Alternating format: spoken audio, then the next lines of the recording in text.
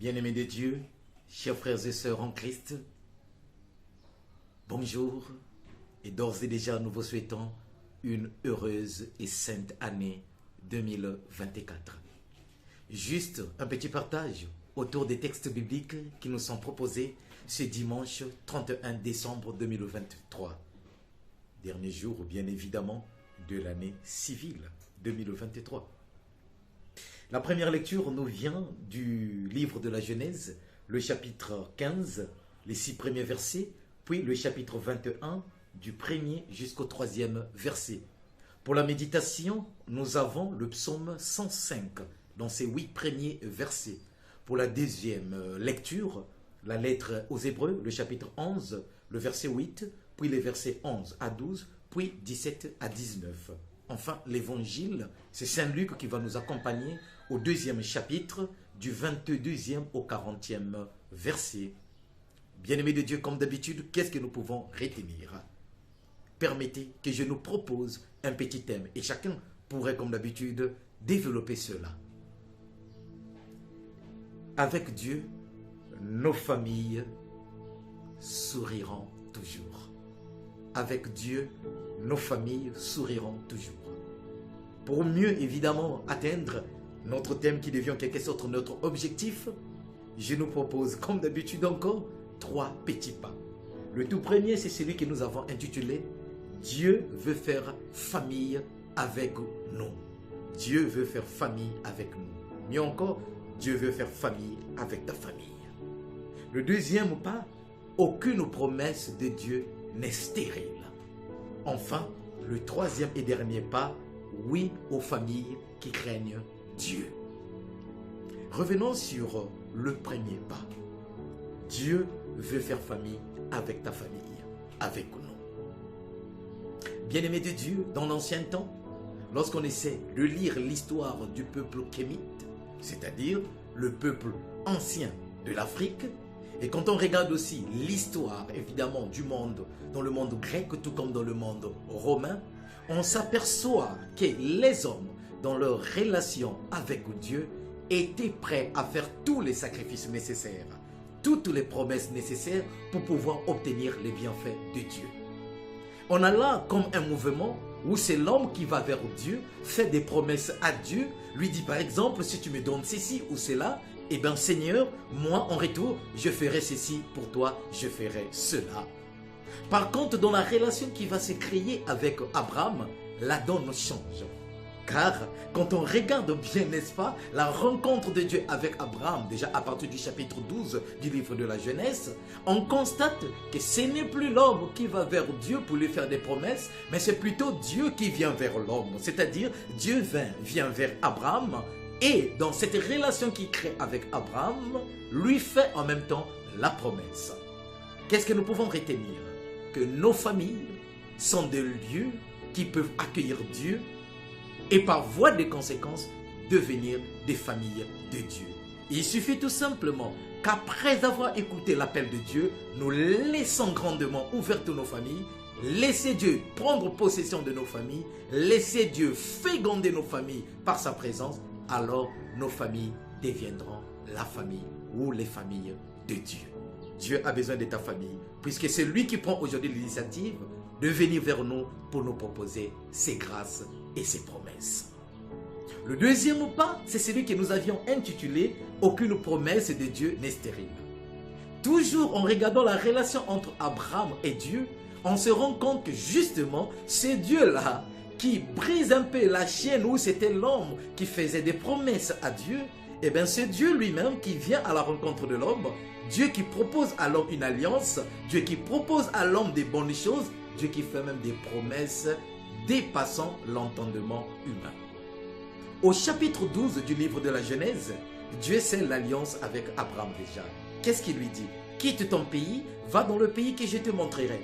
Que fait notre père Abraham? Eh bien, notre père, dans la foi, eh bien, lui, il accepte. Sans même savoir où il allait partir. Il obéit à l'appel de Dieu. Au chapitre 13, évidemment, nous découvrons que Dieu va maintenant faire la promesse à Abraham. Je rendrai nombreuse ta descendance comme les étoiles dans le ciel et le sable de la mer. Et là encore, Abraham fait confiance. Il comprend que Dieu est en train de lui dire une parole sûre. Mais s'il vous plaît, bien-aimés de Dieu, rappelons qu'il ne s'agit là que des promesses. Ce n'est qu'une promesse. Mais notre Père, dans la foi, croit. Il croit aux promesses de Dieu. Une manière déjà de nous faire comprendre que quand Dieu dit, il suffit tout simplement de croire. Parce que cette parole ne nous trompera jamais. La suite de l'histoire va nous, n'est-ce pas, aider à découvrir cela. Au chapitre 14, nous découvrons qu'effectivement, dans ce chapitre qui va culminer vers le chapitre 15 que nous lisons déjà aujourd'hui, Dieu vient réitérer la promesse faite déjà à Abraham. Je rendrai ta descendance nombreuse. Abraham fait quoi? Eh bien, il croit. Chapitre 15. Et au chapitre 17, Dieu va confirmer la promesse en changeant le nom d'Abraham à Abraham. Et donc déjà là, le fait que Dieu change le nom, il montre par là que la promesse que je te faite va se réaliser. Puisque déjà dans le nom Abraham, traduit père de la multitude, le Seigneur est en train de lui dire quoi? Eh bien je t'avais dit que ta descendance sera nombreuse. Ta descendance sera nombreuse, autant pour moi. Eh bien n'aie pas peur, je le ferai, je vais réaliser cela. Et Abraham va faire quoi? Et Abraham va croire. Et n'oublions pas que toujours au chapitre 17, lorsque évidemment Dieu va faire cette promesse à Abraham, eh bien Abraham va rire. Comme pour dire, mais Seigneur, qu'est-ce que tu es en train de me dire? Moi je m'en vais déjà. Et je n'ai pas d'enfant. Qui sera mon héritier?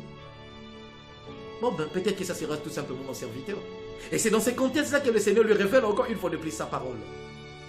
Non, je te donnerai une descendance. Un enfant viendrait de toi qui serait effectivement ton héritier.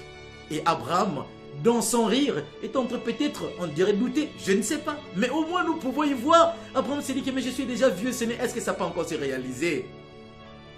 Et le rire d'Abraham va effectivement être l'écho du rire de qui? Eh bien, du rire de sa femme Sarah, que nous allons découvrir au chapitre 18.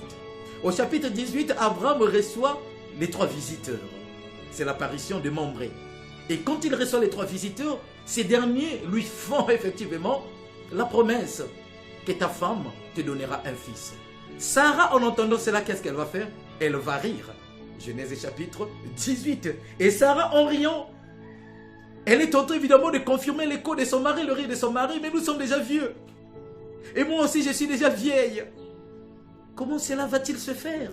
Vais-je encore avoir des enfants? Eh bien, les visiteurs vont rappeler à Sarah que tu as ri.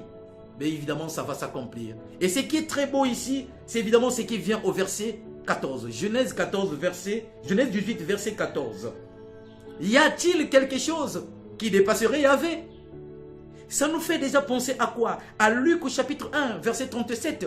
Rappelez-vous les paroles de l'ange Gabriel à Marie. Rien n'est impossible à celui qui croit. Comme si effectivement, les visiteurs d'Abraham, qui ne sont rien d'autre que les messagers de Dieu, et donc Dieu lui-même, sont en train de dire à Sarah, n'aie pas peur. Laisse Dieu agir. Tu te dis que c'est impossible, parce que tu as avancé en âge. Eh bien moi je te dis que rien n'est impossible à Dieu. Et donc quand nous allons revenir, tu auras un fils.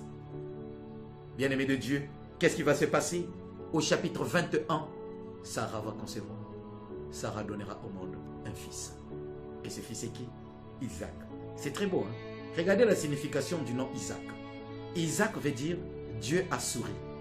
Mais regardez ce qui est beau, bien-aimé de Dieu. Dieu a souri. Nous savons bien qu'Abraham avait ri quand Dieu lui avait fait la promesse. Sarah a ri, mais à la fin, qui a ri? C'est Dieu. C'est Dieu qui sourit. Isaac, le sourire de Dieu. Comme pour dire, il rira bien, il rira le dernier. Et quand c'est Dieu qui a promis, n'aie pas peur.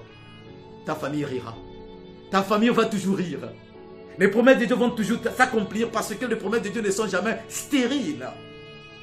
Ta famille, si elle est greffée sur les promesses de Dieu, si elle fait confiance aux promesses de Dieu, sois-en sûr, peu importe le temps, ces promesses-là vont toujours se révéler. Et d'ailleurs, quand on essaie de regarder le psaume qui nous est proposé aujourd'hui, le psaume 105 au verset 8, nous lisons ceci.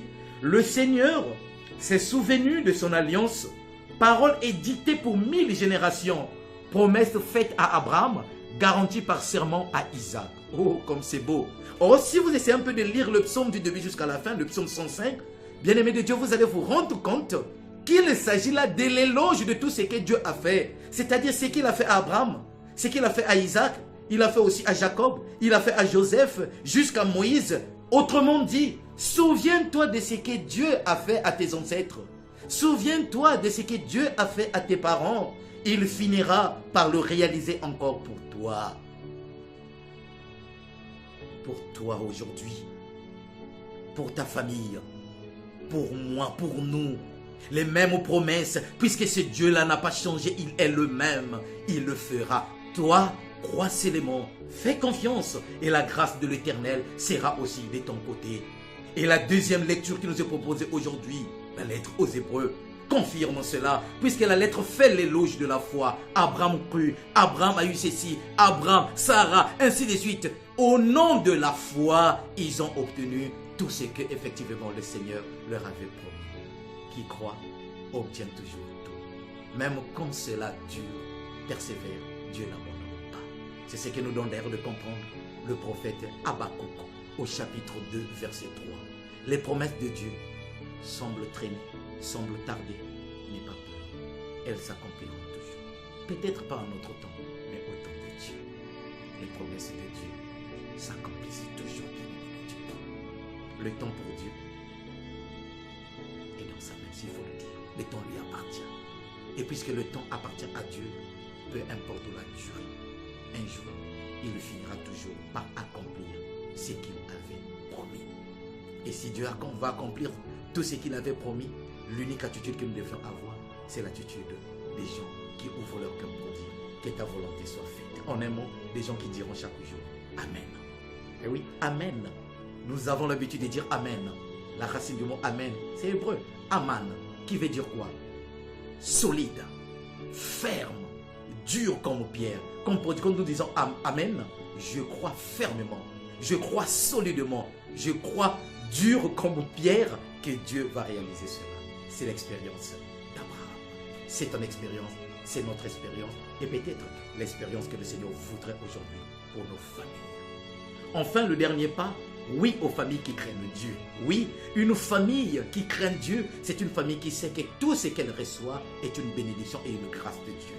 Marie et Joseph se déplacent, ils vont au temple rendre grâce à Dieu, présenter leur enfant. Jésus, bien évidemment. Vous allez me dire, mais il est Dieu. Pourquoi on le présente au temple? Oui, exactement. C'est ça même le mystère de Dieu. Dieu qui a accepté déjà de rentrer dans notre monde en prenant la condition humaine. Eh bien, il avait déjà accepté de se dépouiller de tout. Ainsi, Saint Paul, Philippiens chapitre 2, verset 7, il arrivera à dire quoi? Le Christ Jésus, ayant la condition de Dieu, ne retint pas jalousement les grands qu'il égalait à Dieu, mais il s'est anéanti, prenant la condition des serviteurs. Il s'est tellement abaissé qu'il accepte d'être présenté au temple alors qu'il est Dieu. Et par la suite, cela nous montre quoi? L'humilité même de Dieu. Dieu qui se rabaisse, Dieu qui s'est fait enfant. Et d'ailleurs, les présents que ses parents vont offrir au temple vont confirmer cela. Le texte biblique nous dit quoi? Eh bien, le texte dit que Marie et Joseph ont présenté leur enfant au Seigneur avec l'offrande qui l'accompagnait. C'était quoi? Un couple de tourterelles. Or, si vous prenez Lévitique chapitre 12, verset 8, on nous dit que pour des familles pauvres, la maman qui ne pouvait pas s'acheter une tête de bétail, eh bien, achetait un couple de tourterelles. Ça veut dire que c'était l'offrande des pauvres. Voilà encore la simplicité dans laquelle, l'humilité dans laquelle notre Seigneur est né. Et cette famille de Nazareth nous apprend à craindre Dieu. Ils ont respecté les commandements de Dieu en présentant leur premier-né au Seigneur, une manière de le lui confier, mais en même temps l'offrande qui va avec. Mais derrière cette offrande, c'était leur vie, c'était leur simplicité, c'était leur cœur qu'ils offraient. À nous tous, la grâce est encore donnée aujourd'hui à ce que nous puissions faire de nos familles des lieux où Dieu est craint, Dieu est respecté.